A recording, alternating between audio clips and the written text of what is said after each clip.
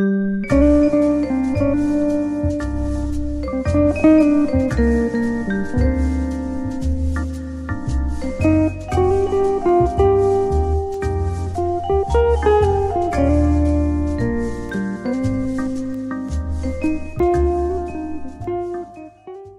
3, Origins 3.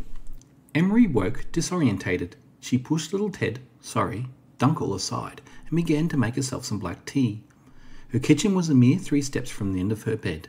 There were 2 rows of large tiles which designated the kitchen area. The rest was flimsy carpet, while the bed and living room were all in one. I guess I dozed off, she said out loud as she sent a thread over to her phone and pulled it close, holding it in front of her sleep-filled eyes. Emery didn't own a clock. Her phone had the time. It was just after 10 a.m. It was a Saturday, and she had nowhere to be and no money until next Tuesday. After the kettle boiled, she made her tea, by feel, using her threads as she had done so many times. As long as she put the milk in the same place in the fridge, it was easy. She checked a stock of tea bags, attempting not to drop any as the box floated over to her, and she tilted it down to peer inside. Emery sighed. She would have to use at least a few. I hate being poor, she told Duncle. He didn't respond.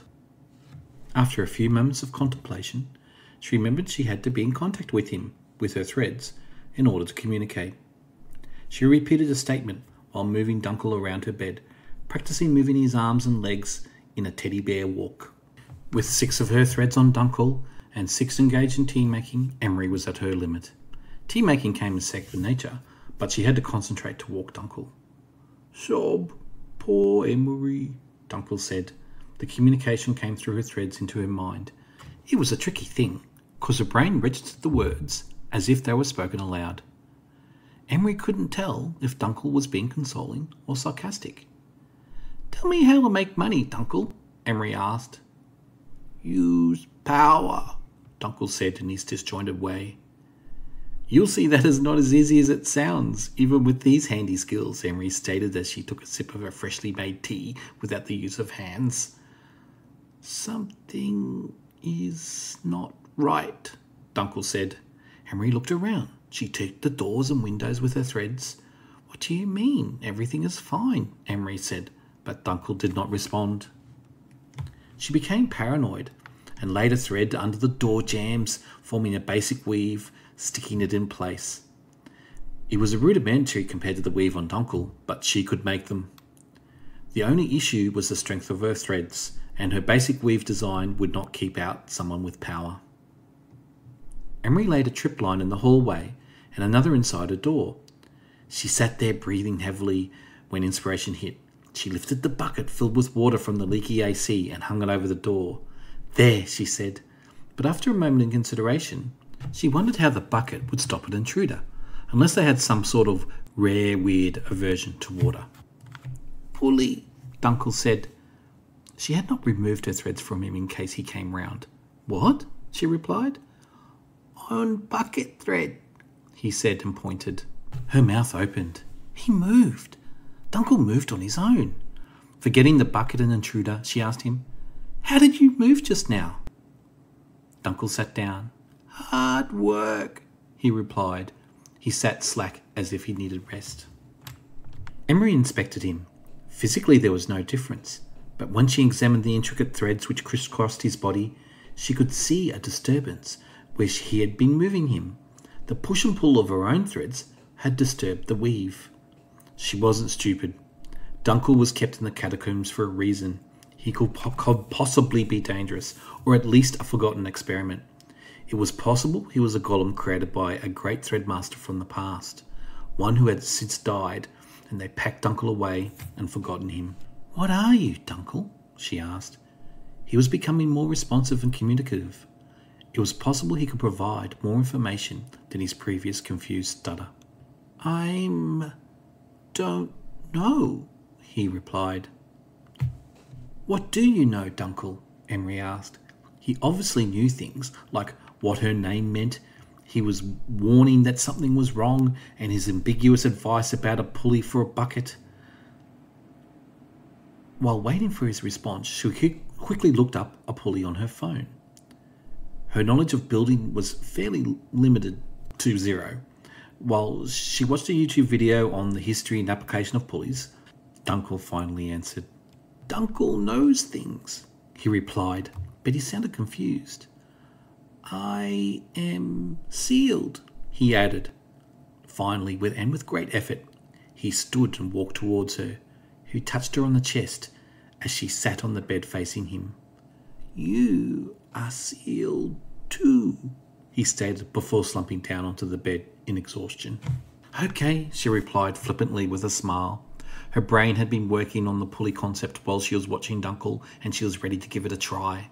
Emery attached a thread to the bottom of the bucket before creating a cylinder shape with a weave and attaching it to the top of the wall above the door.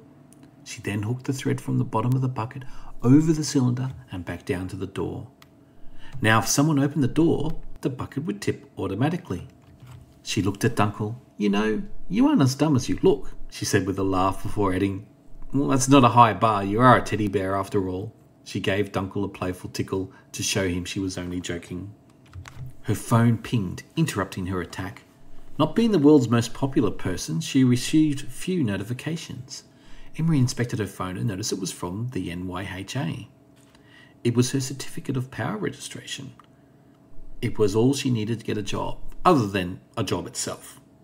Dunkel, she announced. I don't think we're under attack, so I should go out and try and get a job. She considered his words and her reaction. I really should take your words of doom into context in the future. Dunkel was confused most of the time, and therefore, when he said something was not right, she shouldn't really have reacted like they were under an immediate threat. Live and learn, she said as she undid the threads on her door and traps. Emery was about to head out the door. Bye, Dunkel, she said. I'll be back soon. Don't leave me alone, he pleaded. His words broke Emery's heart. She was a softie when it came down to it. This was one of the reasons others walked all over her. They saw her kindness as a weakness. Okay, she said, lifting him up. A prospective employer would have to know what she was. You're just making things hard, though, she scolded him. Traipsing from one prospective place of employment to another with a teddy bear in tow would normally draw stares, but this was New York, home of the strange and weird. Emery's head barely turned as a man in an animal onesie jumped down the street on a pogo stick. See, we're almost normal, Dunkel, she informed the bear. It was an unwritten rule that people with powers did not flaunt them in public, not unless it was in the course of duty. They were taught not to upset the general population, and flaunting of powers created fear and anxiety with the mundane. She approached the supermarket, which was only a few blocks from her apartment building, and sighed. Not a glamorous, but it's a way, she informed Dunkel. The draft was in a few weeks, as the summer break drew to a close. It was her last summer break, as she wasn't in school anymore. The Hero Academy was not like normal schools. It prepared her for what was considered normal hero occupations, and in the worst-case scenario, the power discipline subjects led to the registration, which allowed her to participate in normal society legally. Can I see a manager? She asked the lady behind the counter. Sure, but why? The lady asked, peering at the walking bear. I'm after a job, Emery said. The lady replied, No need to get a manager then. You need to fill an online application, and when we are hiring, HR will contact you. Where's the online application? Emery asked. Just search Food Mart and application. Can't miss it, the lady behind the counter replied. How do I apply for this store? Emery asked. There were hundreds, if not thousands, of Food Marts. Just put in your address. HR will work it out, the lady replied. Her tone indicated she was losing patience. Okay, thanks, Emery said before leaving. She messaged her mum, telling her she was trying to get a job. Her mum sent her money for food and rent every week on a Tuesday. It was barely enough to get by.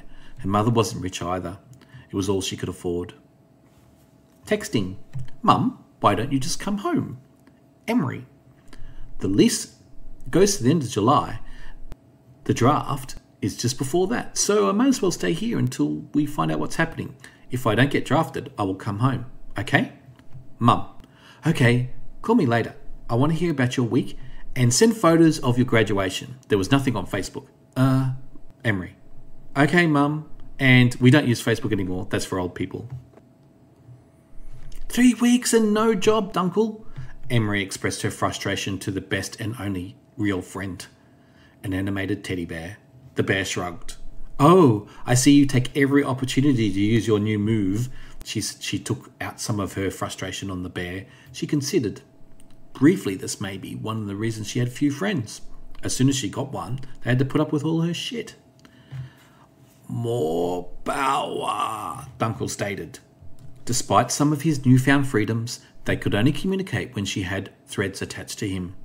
Albeit one was enough, he could walk around by himself now. He just wasn't very fast, and stairs were a challenge. What do you mean? How is more power going to help me get a job? Emery asked. Defeat your enemies, Dunkel said. What enemies? Emery said in frustration.